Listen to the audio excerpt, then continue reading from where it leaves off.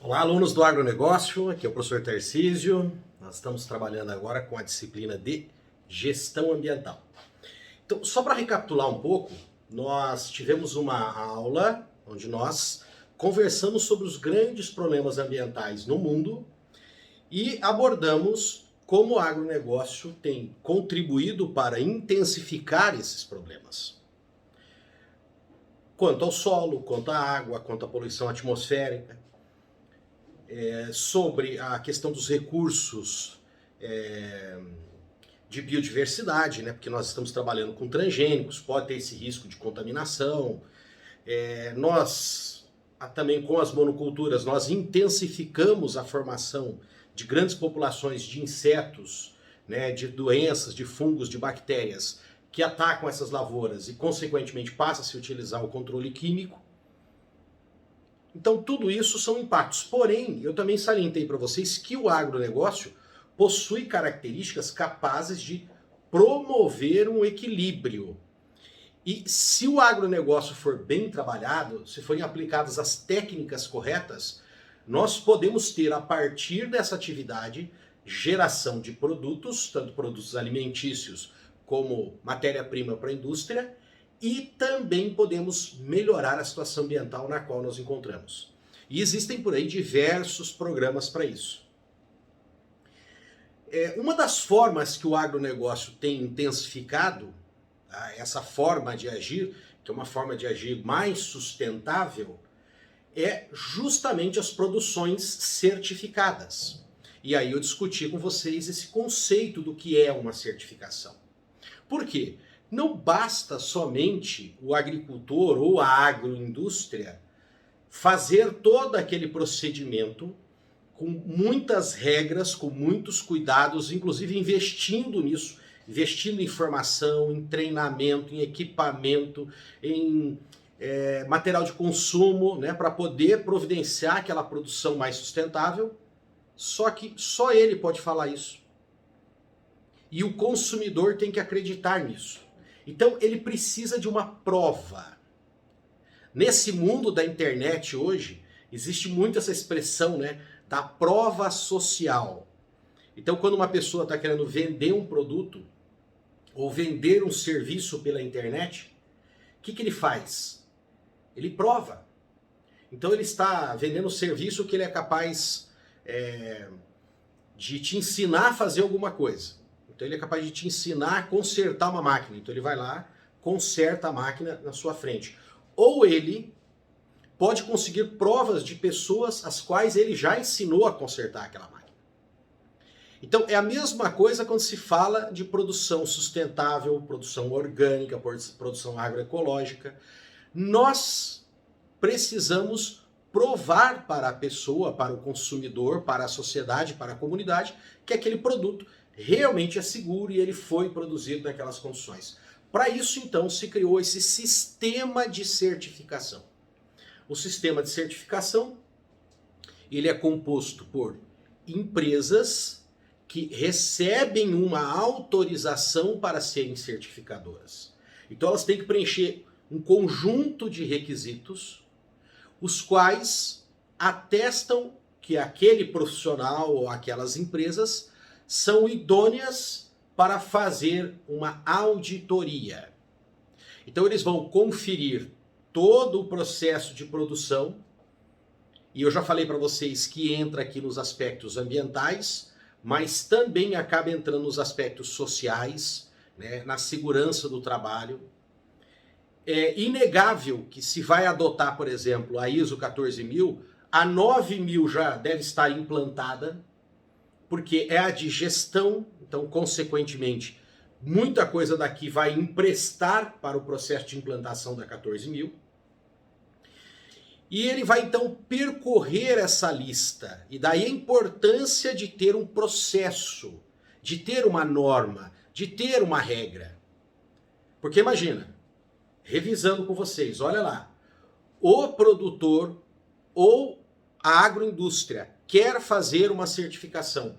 Então ele fala, vamos fazer uma produção sustentável. Começa por onde? Cadê o roteiro? Bom, e se ele criar um roteiro para ele mesmo, Aí vai chegar o auditor vai começar por onde? Ele vai comparar o quê?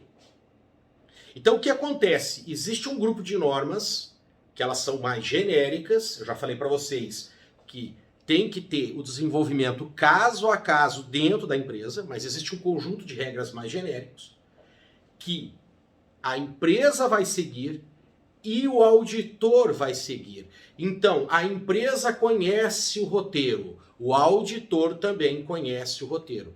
E aí é possível sim fazer essa conferência, tá bom?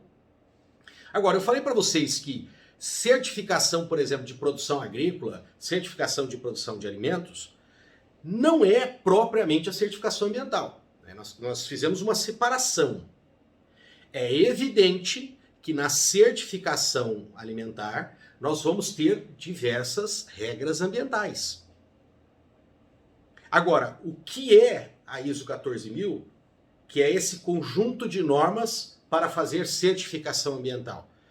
Ela serve para todas as etapas e para qualquer tipo de indústria, qualquer tipo de empresa. Então você pode fazer a certificação ambiental pela ISO 14000 numa fazenda? Pode. Você pode estar fazendo na indústria que vai processar os produtos? Pode. E o interessante é que se crie um sistema, né, uma cultura de se fazer esse processo de certificação em toda a cadeia produtiva. Por quê? Lembra que o agronegócio ele consiste nisso, numa cadeia que é interligada. A sede ali, né, vamos dizer assim, o miolo, o ponto que junta todo mundo, está ali a produção agrícola, né? Mas você tem todas aquelas indústrias, serviços que são prestados antes e todas aquelas indústrias e serviços e bens e produtos que são prestados depois. Então, o antes da porteira, o dentro da porteira e o depois da porteira. Tudo bem? Bom, então feito essa recapitulação e essa distinção entre o que é todo esse processo de certificação de alimentos, não confundir com especificamente uma certificação ambiental. Nós vamos falar então sobre a ISO 14000. Vamos usar ela como padrão, como modelo. Eu já falei isso na outra aula e eu repito agora. Existem outras? Sim. Podem ser criadas novas? Sim. A própria ISO 14000 ela pode ser alterada? Sim, e ela é. Ela é revista, isso aqui pode melhorar, isso aqui pode tirar, isso aqui vamos alterar. Então isso não é constante. Outra, lembre-se, ela não consiste em uma lei, ela é uma convenção. É a empresa que fala assim, olha, nós queremos fazer gestão ambiental na empresa, nós queremos, só que queremos uma gestão ambiental que seja certificada. Ou seja, que nós podemos provar para a sociedade que nós fazemos gestão ambiental. Então o que você vai fazer? Você tem que escolher um modelo de gestão ambiental que seja certificado. E qual que é o muito conhecido? Da ISO 14000. Repito, pode-se fazer uma gestão ambiental independente? Pode, e praticamente toda empresa faz. A empresa, querendo ou não, ela tem que fazer gestão ambiental, por quê? Porque ela está cercada de normas, de leis, de regras, de decretos, de resoluções ambientais. Então a empresa, a propriedade agrícola, o aviário, a criação de suínos, você faz uma gestão ambiental. Talvez você não faça ela tão completa como exige uma norma, mas todo mundo faz. A diferença é que você vai seguir um conjunto de regras, de normas, para depois chamar uma empresa que fala, ó, se você seguiu esse modelo da ISO aí, eu posso vistoriar isso, eu posso auditar isso e te dar o certificado. Então vamos lá. Vamos imaginar que a empresa decidiu fazer. Quando uma empresa decide fazer, gente, uma gestão ambiental, houve um motivo para tomar essa decisão. Pode ser um motivo econômico? Sim, e muitas vezes é. Mas também pode ser um convencimento, né, pela própria formação, pela educação ambiental de um ou mais dos seus líderes. E às vezes nem é a liderança máxima, né? Porque às vezes você tem um pessoal de gestão estratégica e você tem o pessoal da gestão de produção. E quem está convencido e está trabalhando por esse projeto, às vezes não é o pessoal da gestão estratégica, é alguém ou um grupo de pessoas da gestão de produção. E vamos dizer assim que seria o segundo escalão. Então, nós precisamos passar por um período de convencimento.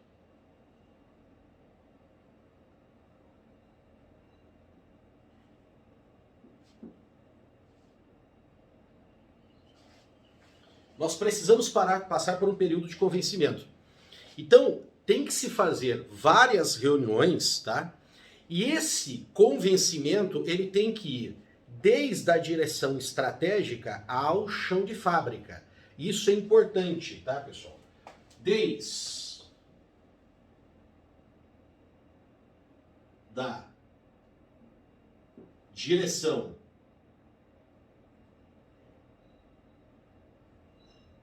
estratégica ao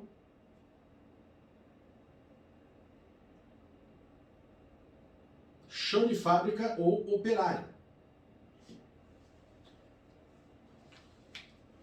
A direção estratégica, ela precisa estar convencida. Por quê? Porque isso vai consumir recursos, vai ter que se fazer investimento, esteja o foco, tá, nos proveitos financeiros, né? Ah, nós vamos ter aqui um produto certificado, então ele vai ser mais aceito no mercado, a gente vai vender mais. Tá? Ou tem um grande parceiro aqui, né? Estamos fechando aqui um novo contrato na Europa e o pessoal exige isso, não tem o que fazer. Nós vamos ter que fazer a certificação, senão a gente não vai vender isso. Mas também pode não ser. Pode ser só uma questão de consciência mesmo, né? Um enxergar a muito longo prazo de alguém dentro daquela empresa ou de um grupo dentro daquela empresa. Então, a direção estratégica precisa estar convencida porque, seja para ter lucro ou não, seja por uma questão, né, de consciência ambiental, vai se investir tempo, vai se investir em dinheiro para obter aquela gestão padronizada e, consequentemente, a certificação. E precisa convencer depois o pessoal de direção de produção. Depois nós precisamos convencer gerentes. Nós precisamos convencer responsáveis de setores. Os operacionais. Por quê? Porque são essas pessoas que vão fazer cada detalhe. Então nós vamos partir lá daquilo que a gente chama de política ambiental, que é aquele bem genérico, e depois nós vamos descendo, até chegar naquele momento que vai se preencher aqueles formulários, que o cara vai estar ali na máquina, conferindo se aquela máquina está funcionando segundo as regras, né, lá do fabricante, que tem que ter um documento, ele tem que abrir aquele documento, comparar, aí ela tem que estar pressão tal, aqui a temperatura tinha que estar tanto, aí ela está vibrando demais. Então todas essas pessoas precisam estar convencidas. Por quê? Porque o operário, tá, o trabalhador ali que está ali na máquina preenchendo a fichinha, tem que começar a fazer parte do serviço dele. Da mesma forma que ele tem que ir lá apertar o botão, tira uma chapa, põe a outra, aperta, solda, né, ou controla aqui a produção de entrada de um grão para fazer um determinado tipo de alimento. Desde isso aí ao controle ambiental que se exerce ali em cada parâmetro do que ele foi estipulado para fazer. Aquilo tem que começar a fazer parte da rotina dele. Então ele tem que aceitar aquilo como normal. Porque quando você está contratando um funcionário novo, ele entra e o sistema de gestão ambiental já funciona, ele vai se adequar mais fácil, porque para ele, isso aqui é o emprego, é isso aqui. Eu ganho X, eu tenho que fazer isso, isso e isso. Incluindo, tá, essa parte do controle ambiental. Agora, quando são funcionários que já existem ali, que já estão trabalhando, que você tem que convencer esse pessoal a fazer isso, você pode criar um problema. Até porque tem gente que vai achar assim, poxa vida, mas eu estou trabalhando a mais. E nem sempre vai fazer parte da política da empresa falar assim, nós estamos dando uma atividade a mais aqui, vamos aumentar o salário de todo mundo. Às vezes se você falar isso, o pessoal já, não vamos fazer não. Então pode sim estar ocorrendo um aumento de trabalho. Então esse convencimento tem que ser feito para cada um desses grupos. Mas qual é o primeiro grupo que se trabalha? a direção estratégica. É o pessoal que realmente decide para onde a empresa vai e o que vai se fazer com os recursos da empresa que foram gerados. Beleza? Bom, depois desse convencimento, tá, pessoal? Que as pessoas estão convencidas disso, né? E normalmente quando você convenceu alguém, você já motivou essa pessoa para ir atrás daquilo e fazer. Nós vamos então para a etapa de diagnóstico.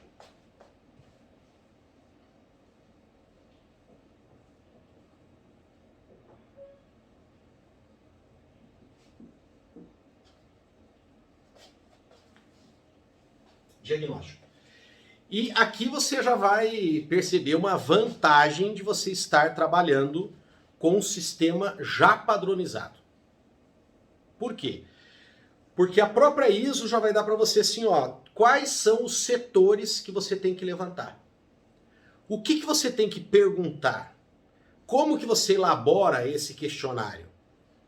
É lógico que a ISO não vai te entregar, tá, gente, um questionário prontinho, ó, tô aqui, pergunta isso, marca o X aqui. Não é isso. O que a ISO vai fazer é te dar uma orientação de como montar e quais são os segmentos que você tem que montar esse questionário. Mas isso já ajuda demais, demais. Tá? Então vamos dar uma olhadinha aqui, quais são os itens que tem que ser levantados nesse diagnóstico. Primeiro, se a empresa tem uma política ambiental.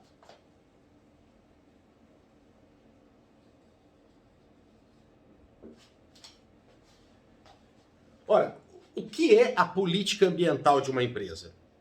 Vamos fazer aqui algumas comparações para ficar mais fácil assim. Vamos dizer que política ambiental é meio que a filosofia daquela empresa, entende? O que aquela empresa quer, né, da relação dela com o meio ambiente. Nós podemos até fazer uma comparação assim, são como que os princípios gerais que tem numa Constituição, né? Ela não é uma carta política, eles chamam, né, a Constituição de carta política, ou uma lei política, vamos dizer isso também, né?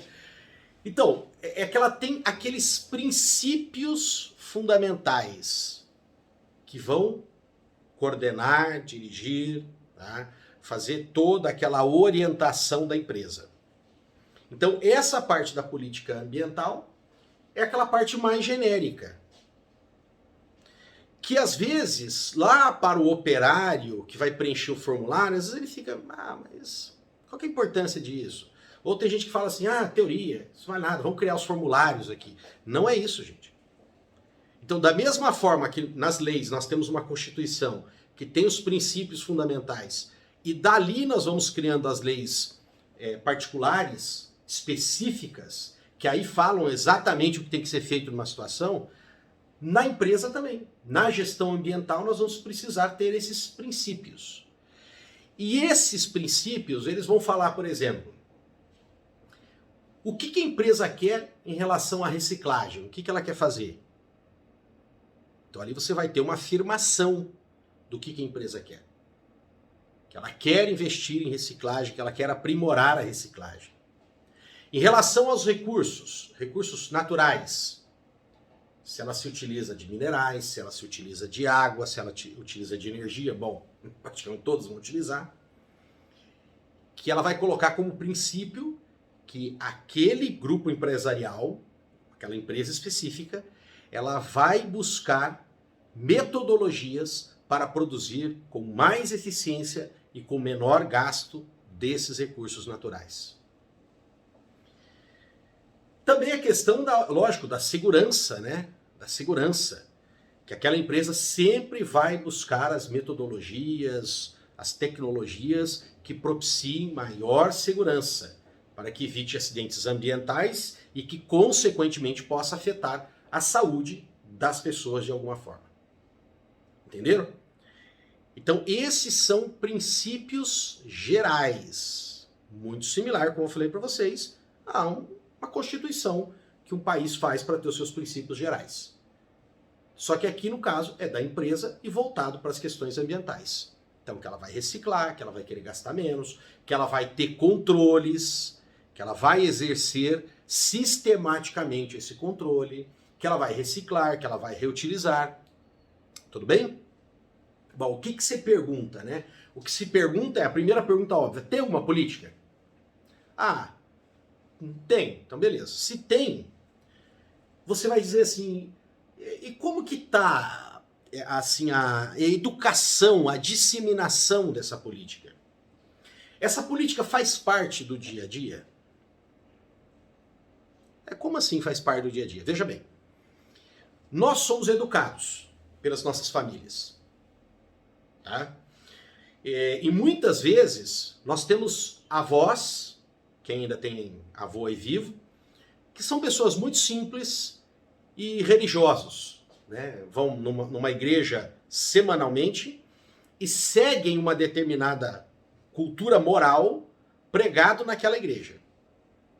E você tem um curso superior, você é uma pessoa menos apegada a essas questões religiosas, né? Você é uma pessoa mais até materialista.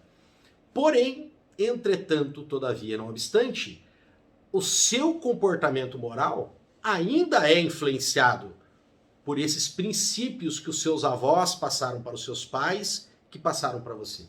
Você nem pensa muito neles, você nem sente muito eles, mas você os pratica. Por exemplo, né, fidelidade no casamento, honestidade nos negócios, obedecer às autoridades, pagar os impostos. Então, nós temos essas regras impregnadas na gente. É a mesma coisa uma política ambiental. A política ambiental, para ela funcionar, ela tem que ser como esses princípios morais que nós recebemos dos nossos pais, que receberam dos nossos avós, que a gente nem raciocina muito sobre eles, mas conduz, guiamos as nossas vidas, as nossas atitudes por esses princípios. Então tem que ter um processo educacional para isso. Você não vai lembrar porque começou isso quando você era bebê. Começou com a gente quando a gente estava no colo da mãe ainda, né? A gente ouvindo. Então mesmo que você nem vá numa igreja hoje, esses princípios foram transmitidos para você, estão lá, inculcados, entende? Tanto que você guia a sua vida e as suas relações por esses princípios. Então é a mesma coisa a política. Se você perguntar, ela tem, mas o quanto que ela está realmente impregnada nessa comunidade e nessa empresa? Quando se pretende fazer uma expansão, quando se pretende fazer uma substituição, um projeto, né? O quanto que as pessoas param e olham assim, espera um pouquinho.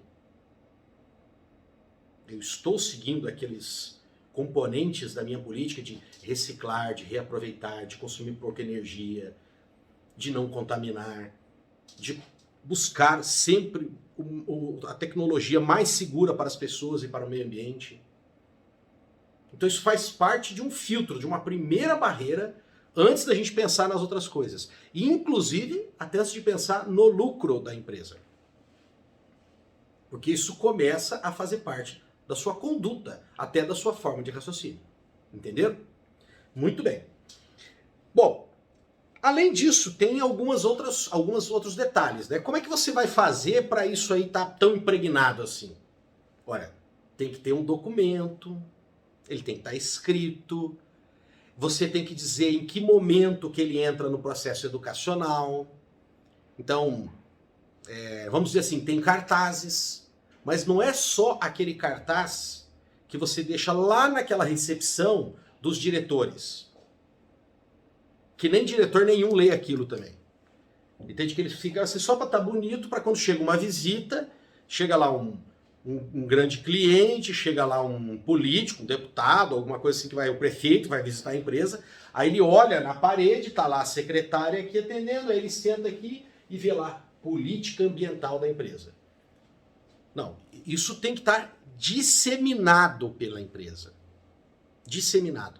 E, inclusive, essa disseminação provoca constrangimentos. Por quê? Porque o operário está ali no dia a dia trabalhando e as atitudes da direção estratégica não condizem com aquilo. Ou seja, o cara assina ali, né, os diretores assinam um atestado de hipocrisia. E com isso eles também perdem força de liderança. Aí você fala, mas operário a gente manda embora, troca. Tudo bem, mas isso vai refletir também em gerentes, em coordenadores de área, em gerentes, em direção, entenderam? Então quando as pessoas elas são coerentes com aquilo que elas estão falando, e coerência não significa ser perfeito. Não estou dizendo que tem que ser perfeito. Eu estou dizendo que elas agem com coerência com aquilo que elas divulgam, aquilo que elas falam, aquilo que elas pregam, né? Então aí o pessoal que está junto com você caminha, né, lado a lado com você. Senão eles vão deixando você embora. Prefere ficar para trás, tá bom? E também, assim, momentos em que isso seja relembrado. Então, um dia lá do ano é feito algum tipo de trabalho para relembrar que existe aquilo na empresa. E que quando está se escrevendo um novo projeto, um dos primeiros capítulos é assim, isso aqui está adequado com a nossa política ambiental. Entenderam? Então, isso são itens que pode entrar numa avaliação, né? Tem? Beleza. Como que isso está sendo transmitido? Como que nós estamos educando a nossa comunidade? Não estamos. Ou estamos, assim, sabe? Isso faz parte na elaboração dos projetos. Vamos pegar os projetos aqui. Tem isso? Não tem. Então você começa a olhar já o que tem de negativo. Tudo bem? Qual que seria o segundo ponto? Óbvio, extremamente importante, são os seus aspectos ambientais.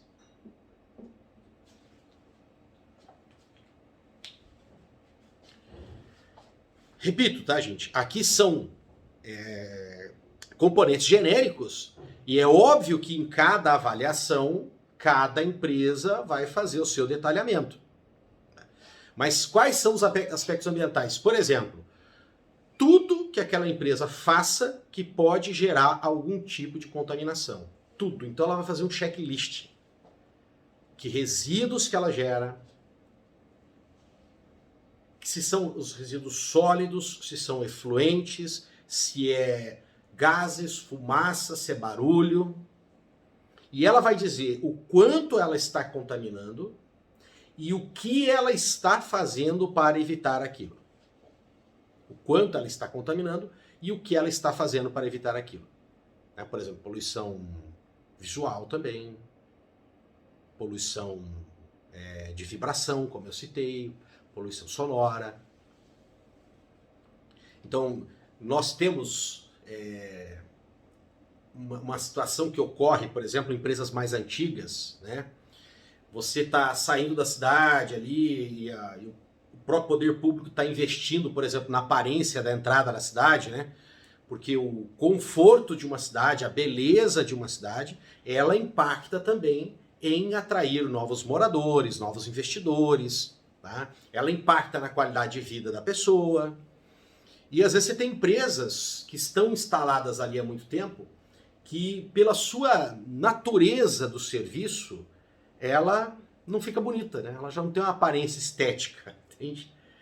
Então aquela empresa ou deveria ter, né, um deslocamento, ela sair dali, ou ela criar alguma coisa que não tivesse esse impacto ambiental para toda a comunidade. Quer ver lá, por exemplo, o ferro velho na entrada da cidade.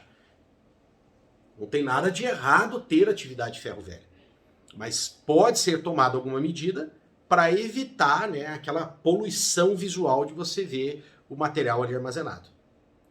Então, ver tudo que se gera de contaminação em todos esses segmentos e o que está sendo feito. E se não está sendo feito, óbvio, uma avaliação negativa.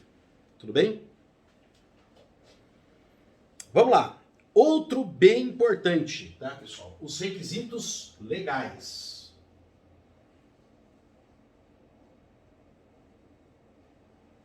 Requisitos legais. E podemos também incluir aqui outros requisitos, né? Mas os requisitos legais são os seguintes: se eu estou fazendo uma atividade contaminante, muito provavelmente existe uma norma que regra aquilo ali e que faz exigências. Então, a empresa ela vai ter um setor de documentação onde ela vai documentar todas as atividades e ela vai documentar qual lei, qual decreto, qual resolução de órgãos ambientais, de portarias de órgãos ambientais que são aplicáveis a essa situação. E se essas leis fazem exigências, se ele está cumprindo com essas exigências. Por exemplo, uma exigência de licenciamento ambiental. Se esse licenciamento ambiental foi feito, se ele está atualizado, se houve alguma mudança no órgão ambiental em exigências. Vocês sabem que quando há alteração em exigência, mesmo que você tenha uma licença de operação aprovada, pode ser exigido que você faça essas alterações. É um trabalho simples? Não, é um trabalho complexo. Tá? Por quê? O direito ambiental, ele é como se fosse um outro direito, entende? Você pode até ter uma disciplina de direito ambiental na universidade, mas você não sai pronto como advogado para dizer assim, não, eu vou ser um advogado ambientalista. Porque implica num aprendizado de diversas outras áreas, e inclusive de áreas técnicas, como por exemplo da engenharia ambiental, da biologia, né, da química. Você precisa ter um conhecimento básico, pelo menos, disso, porque o advogado ambiental ele vai dialogar com tudo isso.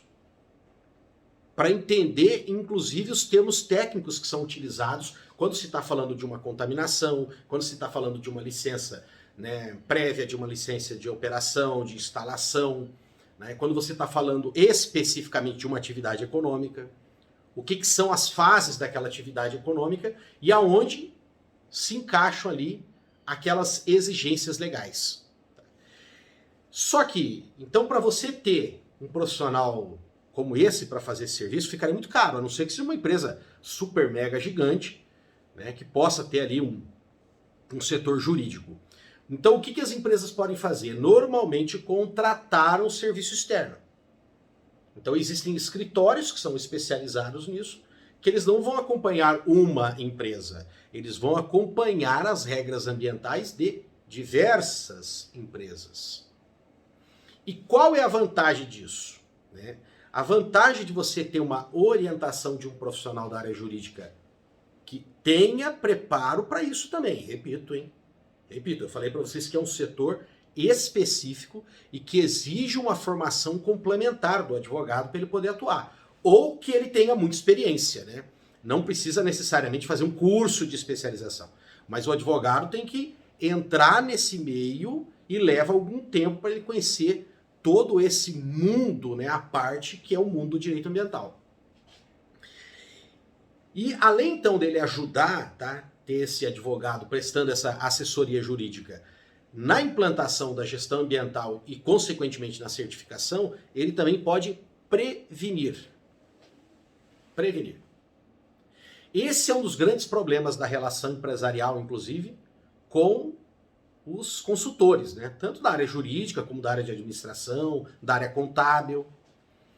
Então as pessoas, né, os empresários, eles não gostam de ter despesas, na verdade sempre cortar. E aí você chega dizendo assim, não, eu quero que você pague para mim, né, você como consultor, você como gestor do agronegócio, você como contador, você como advogado, né, você pague para mim porque eu vou evitar que você tenha um problema. Ele vai falar não.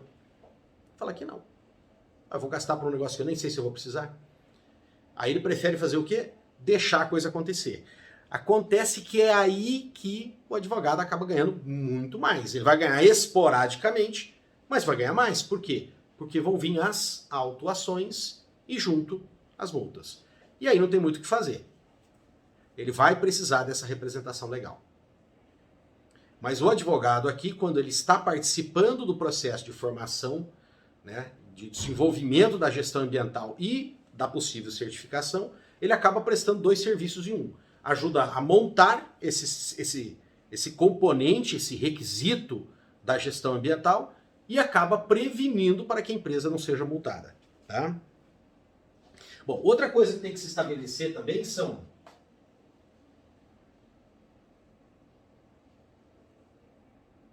objetivos e metas.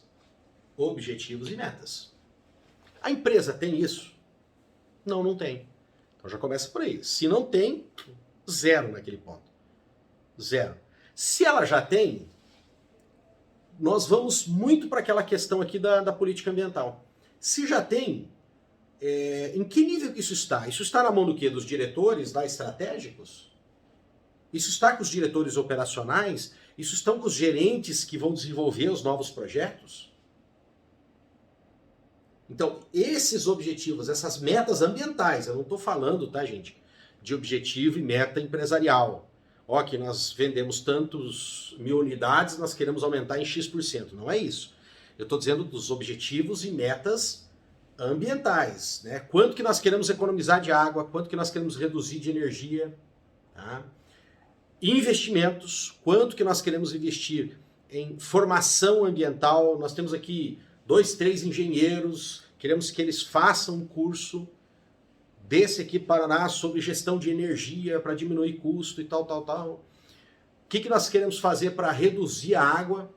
Ou qual é a nossa contrapartida na natureza e na comunidade para melhorar a produção de água na natureza? Vamos plantar mudas, vamos criar um projeto aqui de educação ambiental, né, para os agricultores, para eles melhorarem o cuidado com as APPs. Coletamos água especificamente de um rio, então nós vamos atuar, né, em todo o percurso do rio aqui, pelo município pelo menos, né, ou toda essa região, dependendo do porte da empresa, cuidando da mata ciliar das APPs em volta desse rio. Então são esses objetivos, tá? Objetivos ambientais. Se isso é claro, né, o quanto isso é claro, porque aí você quantifica e coloca prazos para aquilo serem cumpridos. E aí você avalia, inclusive, o como está o cumprimento desses objetivos e metas. Se isso está sendo eficiente, se realmente está cumprindo. Naquele prazo, a gente queria investir na formação, né, do pessoal técnico, todo mundo fez um curso, entendeu? Nós queríamos ter cuidado, né, da mata ciliar do rio, assim, fizemos isso, quanto que nós cumprimos daquilo que havia sido planejado como objetivo e meta. Como eu falei para vocês, né? Você vai anotando lá o que é e você vai fiscalizando se estão cumprindo aquilo ou não. E anotar tudo isso aqui, registrar esse histórico de cumprimento. Tá? Por quê? Porque você pode fazer uma avaliação periódica, entendeu? Uma avaliação periódica de como está o desempenho na política ambiental, ali na sua gestão ambiental, aliás, de cumprir aqueles objetivos e metas. Os programas ambientais. Vamos lá. Programas ambientais. Quando você está falando de gestão, tá, gente? Você pode desenvolver programas dessa gestão ambiental, programas ambientais, nos quais você vai abordar um problema específico, entende? Então, dentro desse programa, é óbvio que você pode ter também as suas metas e objetivos. Tá? Então, por exemplo, você pode criar um programa no qual nós vamos, né, num determinado espaço de tempo, fazer um investimento em energia solar. Tá? Para reduzir o quê? Consumo de energia que seja produzido por termoelétrica ou hidrelétrica, poupando então esses recursos naturais. E se aproveitando de um outro recurso natural que não gera resíduos na sua produção, salvo, né, a produção das próprias placas em si. Então isso pode ser um tipo de programa. Pode ser um programa também junto à comunidade. Por quê? Porque a empresa também pode colaborar com a comunidade para que essa comunidade gere menos impactos no meio ambiente. Tá? Outra coisa que tem que ser avaliado, a estrutura e responsabilidade. É o seguinte, quando você vai fazer uma gestão, é a mesma coisa que você administrar uma empresa. É a mesma coisa. Então, na empresa, você não tem uma estrutura, uma empresa grande, você não tem lá a direção estratégica, a direção de produção, né, o pessoal comercial, o pessoal lá dentro da empresa, aí lá dentro tem os gerentes, lá tem os coordenadores de área, aí tem o pessoal que é o operacional mesmo, certo? Não tem isso, tem uma hierarquia. Óbvio que tem diferentes modelos hoje de gestão dessa hierarquia? Tem, então beleza. Também na gestão ambiental precisa disso. Via de regra, como você está na mesma empresa, você não vai virar essa hierarquia de ponta cabeça para fazer isso. Você vai seguir essa mesma hierarquia. Mas tem que ficar claro quem é responsável pelo quê. Quem tem que fazer o quê. Então, por que as empresas que são eficientes fazem isso? Porque você sabe, quando surgir um problema, é ali, ó, naquele setor. Quem que é a pessoa? É aquela ali. E a responsabilidade aqui não é no sentido punitivo, tá, gente? Pode ter uma punição? Pode. Isso aí é conforme eles vão criar esse sistema de gestão, tanto empresarial como ambiental. Mas aqui o objetivo, quando a gente fala de ter um responsável, é de achar onde ocorreu o problema. Senão fica aquela história, né, de não foi ele, não foi ele, não foi ele, tá? Ou aquelas empresas fadadas, tanto ao fracasso da gestão ambiental, como fadadas ao fracasso empresarial, quando os superiores nunca assumem as suas responsabilidades. Quando a gente fala que assumir responsabilidades, assumir, inclusive, que ocorreram os erros. Então ele sempre penaliza alguém que está abaixo dele e nunca ele mesmo. Ele nunca assume isso. E na gestão ambiental vão acontecer esses problemas também. Então, quando nós criamos essa hierarquia, essa regra, essa estrutura, quem faz o que, aonde, quem é responsável pelo que, você vai achar aonde está o problema e quem foi a origem daquele problema. E às vezes você vai ver, foi lá uma falta de treinamento, uma falta de formação, entende? E às vezes então não é daquele operacional que errou, é quem está acima dele. E quando tem essa estrutura muito clara quem o que, meio que obriga as pessoas a terem mais responsabilidade, consequentemente assumir o erro quem realmente errou. Tá? Isso é muito importante. Mais uma vez aqui emprestando essa questão da empresa. Né? Por que as empresas são eficientes, né, no seu funcionamento enquanto empresa, de gerar um serviço, de gerar um produto, colocar aquilo na mão de um consumidor e ter um retorno financeiro? Quando elas conscientizam cada etapa da sua importância e qual que é o seu papel. Quando o operário sabe exatamente o que ele tem que fazer, por que ele está fazendo aquilo, mesmo que seja dentro do setor dele, né? É interessante quando a gente vê, por exemplo, empresas, né, que trabalham com produção em etapas e que elas têm as ilhas ali de produção, né? Que aí você pega aquele grande grupo de funcionários, são 300, 400, e eles se dividem em grupo de 7, 8, 9, 10, e aí o grupo tem um líder que é bem próximo deles.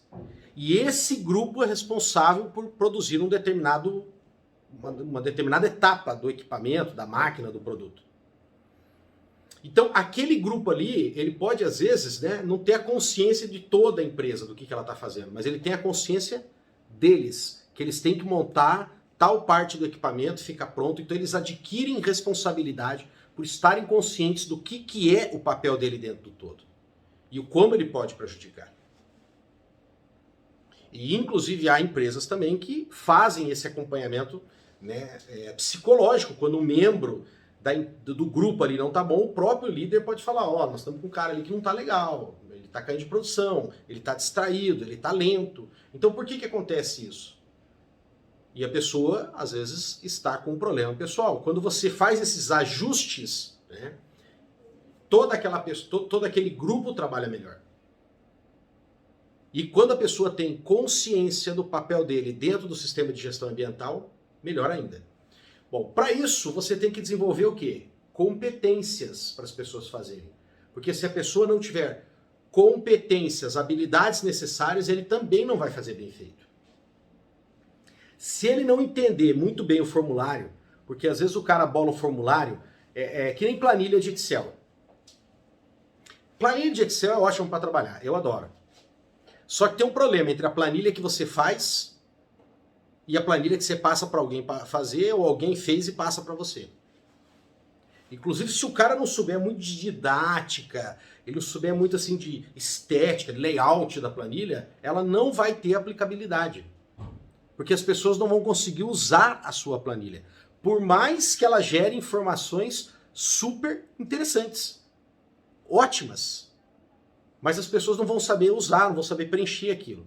Então a mesma coisa, se você tem um formulário bem complicadão que foi elaborado lá em cima e a pessoa não desenvolve competências para entender o que ela está fazendo, pode anotar tudo errado.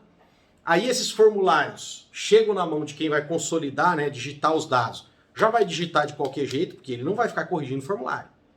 E aí chega o resultado lá em cima, né, na direção da instituição, da empresa, os gráficos, somando todos aqueles formulários, todos eles com erros, ou boa parte deles com erros, porque alguém não estava capacitado para fazer aquilo. E precisa, tá, gente? Além de você ensinar, treinar, treinar, treinar. E treinar não é só treinar uma vez e pronto, aprendeu, ele vai continuar fazendo. Não, esse treinamento tem que ser contínuo. Periodicamente tem que se treinar, revisar essas habilidades, essas competências, trabalhar com esse, né, com essa conscientização para que a pessoa absorva aquela responsabilidade. Tá? Isso tem que ser um trabalho contínuo. Tá. Outra coisa importantíssima. Comunicação. Olha, quem percebe os problemas ambientais? Normalmente aquele pessoal que está lá no chão de fábrica, o operário. O cara que está com o trator, o cara que está usando a máquina, que está regulando a máquina. Tá? E aí ele constata o problema. Até percorrer toda aquela hierarquia para chegar em quem decide se manda arrumar aquilo ou não, a poluição vai aumentando um monte, ou aquilo nunca é feito porque a comunicação é defeituosa. Né? Então tem que ter um sistema de comunicação que quem informou tenha certeza, tenha garantia de que vai chegar lá e ele vai ter um retorno disso. Até porque, se lembra dessa questão da responsabilidade aqui? Aí, ó, o cara tá avisando que a máquina tá estragando, que não tá funcionando, que precisa vir um técnico, precisa trocar, tá vazando óleo, blá, blá, blá, e não chega, né? Aliás, chega a informação, mas o responsável para dar andamento daquilo e dizer, não, ó, vamos fazer, vamos arrumar, ou não tem o que fazer porque não tem dinheiro, né? Algum problema dentro da empresa que não consegue resolver aquilo de imediato, não retorna. Então aquela informação se perde no tempo, no espaço, e a hora que estoura a bomba, eles vão culpar a pessoa que estava operando a máquina. Então tem que ter uma garantia disso, tem que ter uma sistemática de que ele vai informar do problema e que ele recebe um retorno disso. Ó, chegou no fulano de tal.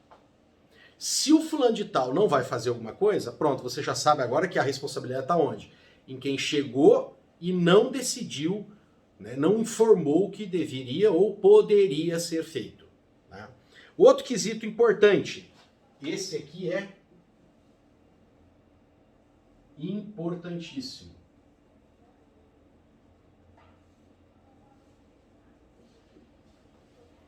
Documentação. Tá? Desde o processo de elaboração, todos aqueles formulários que vão ser preenchidos, tá? O que vai resultar daqueles formulários, os relatórios que vão ser gerados, os gráficos que vão ser produzidos daquilo, a sistemática com aquilo vai ser calculado, todas as leis ambientais que implicam naquilo tem que estar documentado, tem que ter uma grande pasta que seja acessível para quem precisar olhar aquilo. É lógico que existe essa questão do segredo industrial. Então algumas informações elas podem ter restrições. Né? Todo mundo que pode ficar olhando. Tá? Mas hoje, tá, gente, com a informação tecnológica, né? Com a tecnologia da informação,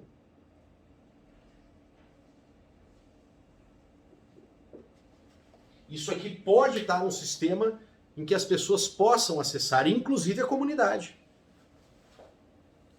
O que você tem que fazer é proteger aquilo que sejam dados fiscais, dados financeiros, né? E algum segredo industrial. Mas essa informação é muito importante. Tá? Outra coisa que eu comentei aqui, vou repetir agora de uma forma mais incisiva. Né? Olha lá. Imagina que está aquele monte de formulário na mão do cara que está lá operando a máquina, que está ali na produção mesmo. E que ele está dizendo, ó, tá normal, hoje tá normal, hoje tá normal. Opa, deu um problema aqui, vazou óleo, tá muito quente. ó, muito resíduo, esse efluente aqui está indo mais concentrado que o normal. Então, quando saem esses dados aí, gente, isso é dado bruto. Então, às vezes o gerente ali, o responsável do setor, ele pode até dar uma olhada nesses dados brutos. Mas essas informações ambientais, da gestão ambiental, elas têm que ir subindo, elas têm que ir para o gerente, aí ela tem que ir para o diretor, né, de produção, até os diretores estratégicos. Então, além do formulário, tem que ter toda essa sistemática para ser preenchido, também tem que criar uma sistemática de como vai se gerar informação com esses dados. Tá? Porque dado bruto não adianta chegar na mão dos tomadores de decisões estratégicas. Porque esse pessoal é o que olha o todo. E empresas grandes, ele também está olhando a política, ele está olhando o que o presidente está decidindo, ele está olhando o que o presidente da China está pensando, né, o que a comunidade europeia vai querer consumir. Então ele tem outras informações para trabalhar que não é só gestão ambiental. Então precisa chegar na mão dele de uma forma enxuta, tá? Na forma de gráficos, para que ele olhe e tenha uma visão do que está acontecendo rapidamente. Bom, junto com essa documentação tem também isso que eu já acabei de explicar para vocês, que é o controle dos documentos. O controle dos documentos, que hoje pode ser feito com tecnologia da informação. Cabe aqui uma observação, a questão dos aspectos legais. Tá? É muito importante, gente, que nos aspectos legais, tá, tenha essa revisão do que está mudando. Por isso tem que ter ou o setor jurídico, quando são empresas grandes, bem grandes, ou tem que ter um profissional, né, terceirizado, um escritório, que preste essa assessoria jurídica. Tá bom? Bom, vamos lá. Aí nós vamos ter também o controle operacional.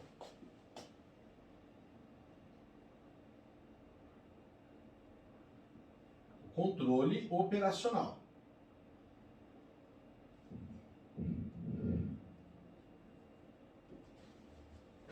O controle operacional é aquele que eu falei para vocês. É o cara que está lá trabalhando, ele fala, ó, ruído aumentou em tanto, né? Então precisa, inclusive, né, começa a organização, precisa ter o equipamento para aferir esse ruído. Ó, nós estamos tendo aqui, né, uma pressão, está pulverizando o óleo. Qual o equipamento que mede isso?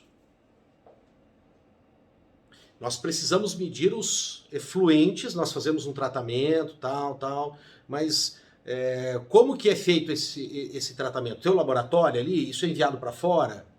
Qual o custo disso? Quais as informações são necessárias serem pesquisadas nesses efluentes? Resíduo sólido. A quantidade, o tipo, tem que ter um sistema de classificação. Para onde isso vai? Tem um tratamento próprio, vai ser incinerado, né, vai ser depositado, né, em alguma unidade de tratamento desses resíduos. Então tudo isso precisa ser listado. É aqui que cai naquilo que eu falei para vocês, aquele monte de formulário, que é o cara ali do caminhão que vai preencher, que é o cara que está mexendo com a máquina, que é o cara que está lá dentro do laboratório testando, né, os técnicos em química lá testando qual está sendo a composição daquele efluente. Muito bem. Bom, outro aspecto importante, emergências.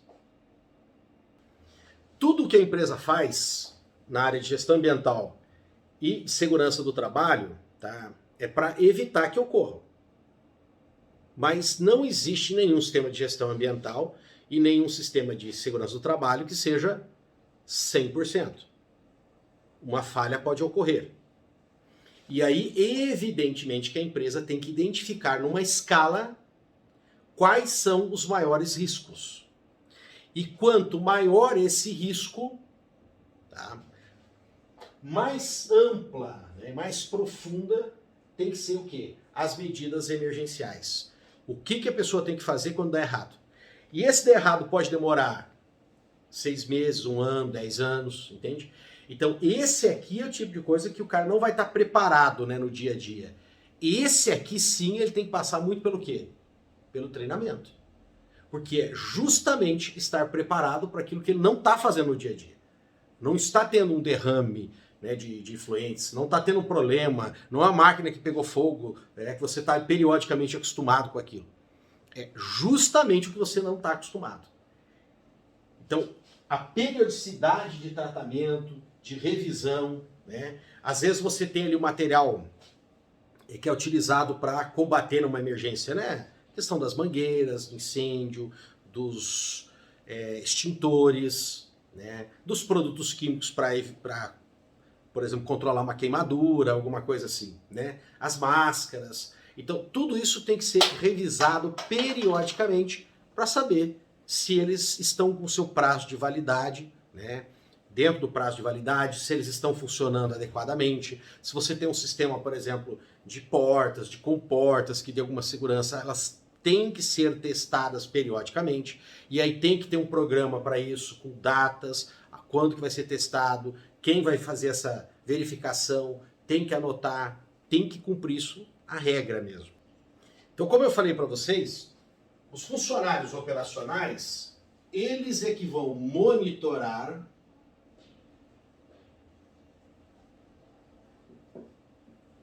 e medir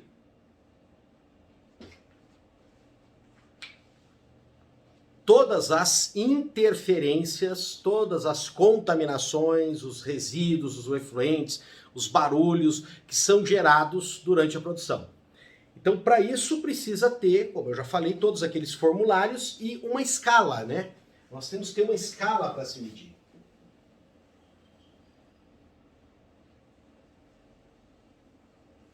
Lembrando que, quase que na maioria dos casos, né, de possíveis fontes de contaminação, existem escalas.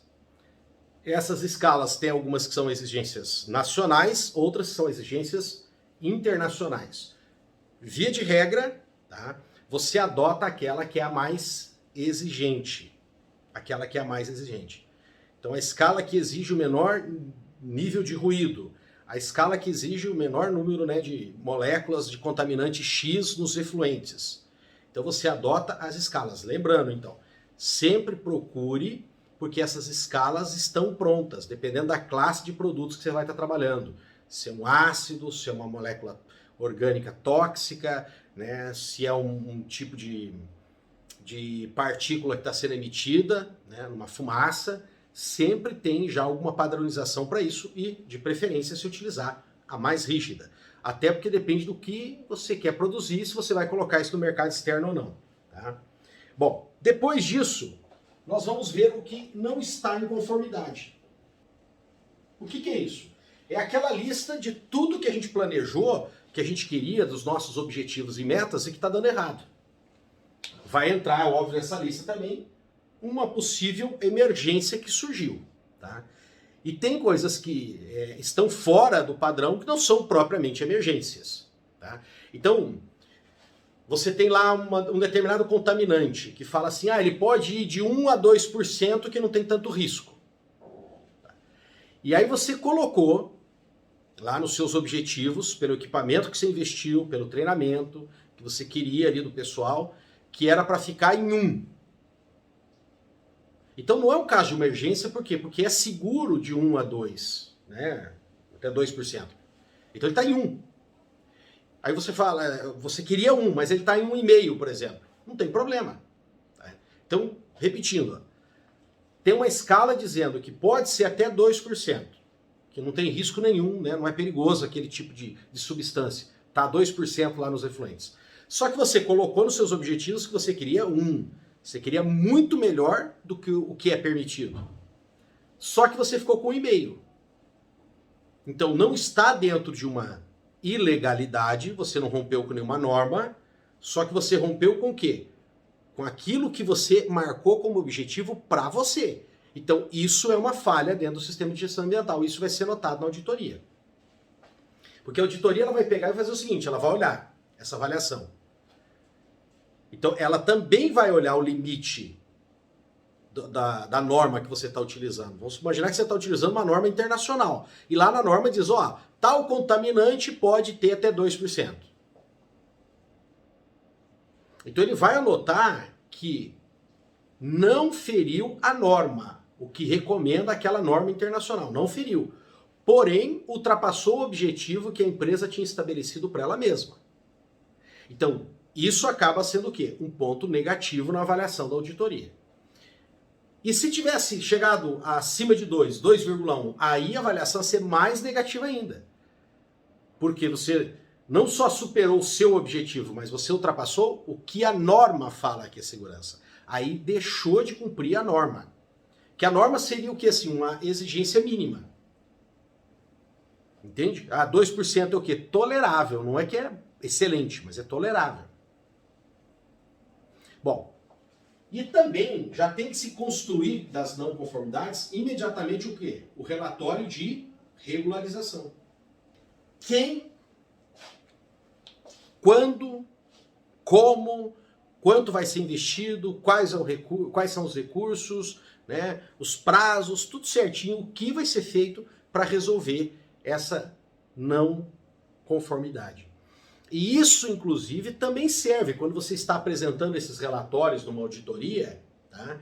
Ele vai assim, teve um problema? Teve, porque vai ter. Não existe empresa perfeita. Alguma coisa vai acontecer. Então, fora os casos emergenciais, aquelas coisas que vão dando errado, conta muito ponto também quais medidas foram tomadas para corrigir aquele problema.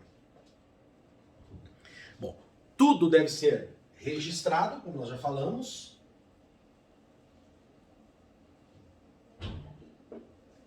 Lembra disso?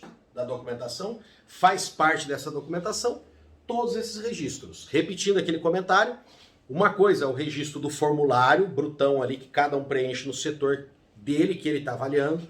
Aí isso vai sendo transformado em relatórios cada vez mais sintéticos. Então você está falando de uma área, vai chegar aquele monte de informação daquela área na mão do gerente. Aí ele tem que produzir um relatório menor, que vai sendo unido, até chegar essas informações sintéticas lá nos tomadores de decisões estratégicas. Tá bom?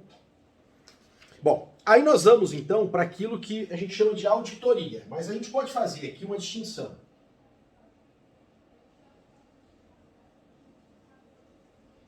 Auditoria interna e auditoria externa. A auditoria interna, pessoal, é aquela que é feita pela própria empresa.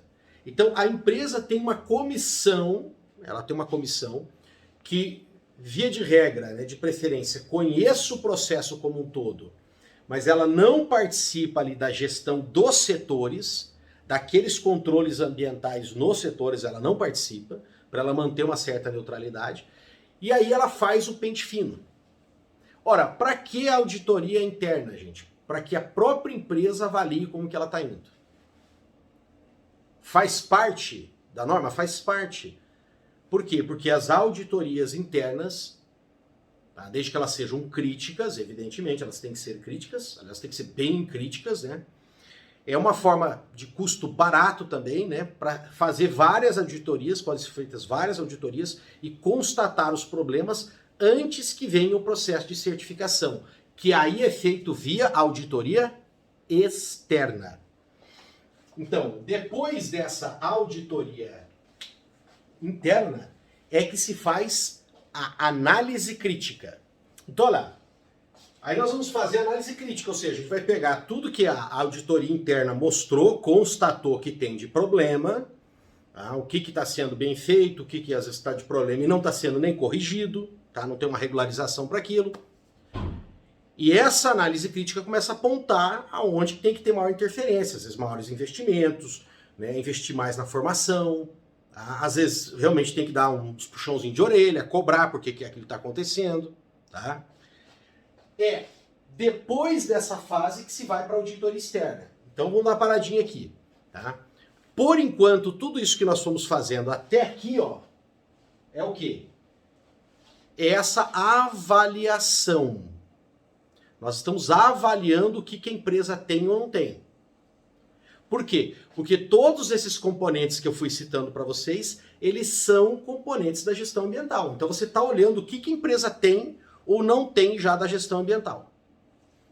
E conforme ela vai fazendo essa avaliação, tá, esse inventário do que ela tem ou não tem, ela já pode ir vendo que medidas ela tem que tomar para concluir isso, para deixar completo esses requisitos que precisa ter para passar para uma auditoria externa e, consequentemente, ter a certificação. Então, tudo isso que nós estamos avaliando vai ter tudo isso numa gestão ambiental segundo uma ISO 14000. Vai ter. Então, eu já estou avaliando o que tem e já posso ir olhando o que precisa ser melhorado ou realmente implementado porque não existe na empresa. Fiz tudo isso, fiz todo esse levantamento, esse inventário, vi o que não tem, começo o processo aí sim de implantar. Implantar aquilo que não tem, complementar aquilo que está faltando, corrigir alguma coisa que está sendo feito errado. Corrigiu, começa o quê? As auditorias internas, faz-se a análise crítica do processo, convoca-se, né, agenda-se as auditorias externas e pode-se obter então a certificação ISO 14000. Beleza? Então nós vamos dar uma paradinha aqui, tá, pessoal? Isso são as etapas então de levantamento e na nossa próxima aula, tá, que talvez ela seja um pouquinho maior do que essa, mas vai ser a última aula, nós vamos falar então do processo de implantação da gestão ambiental. Tudo bem? O roteiro é basicamente todos esses itens que eu comentei com vocês aqui. Então esse é o roteiro de avaliação do que tem ou não tem de gestão ambiental. O que vai ser o processo? Implementar isso aí. Valeu, um abraço.